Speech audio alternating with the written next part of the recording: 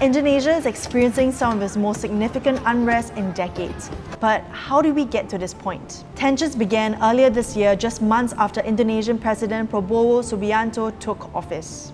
Gripped by economic uncertainty, the International Monetary Fund warned that unemployment rate in Indonesia will be the highest in Southeast Asia this year. Prabowo's spending cuts, which have slashed budgets in health and education ministries, further fueled frustration among the people.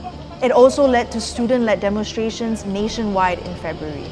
Just a month later, Prabowo's government approved an amendment of the Indonesian National Armed Forces Law, which increased the number of government civilian roles that members of the military could hold. More protests broke out as a result over fears that the country could return to a military-dominated government, as it was under former President Suharto, during which Prabowo had served as a general. In early August, the government proposed a 250% increase in land and building taxes for ordinary citizens. At the same time, there were reports that all parliament members had been receiving a monthly housing allowance of 50 million rupiah on top of their salaries since September 2024. This allowance was nearly 10 times higher than the minimum wage in Jakarta.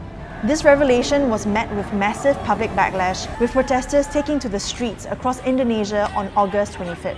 Tensions were further inflamed when Afan Kurniawan, a 21-year-old Gojek delivery rider, was run over by an armoured police vehicle on August 28. Afan was reportedly not part of the protest and had been making a delivery. Protests intensified over the weekend, with looting and arson spreading across multiple cities including Yogyakarta, Bandung, Semarang and Surabaya in Java, and Medan in North Sumatra province. The current death toll has risen to 6. In an effort to quell tensions, Prabowo agreed on August 31st to revoke some perks for lawmakers, including the controversial housing allowance. For more on this ongoing story, follow us here at Mothership.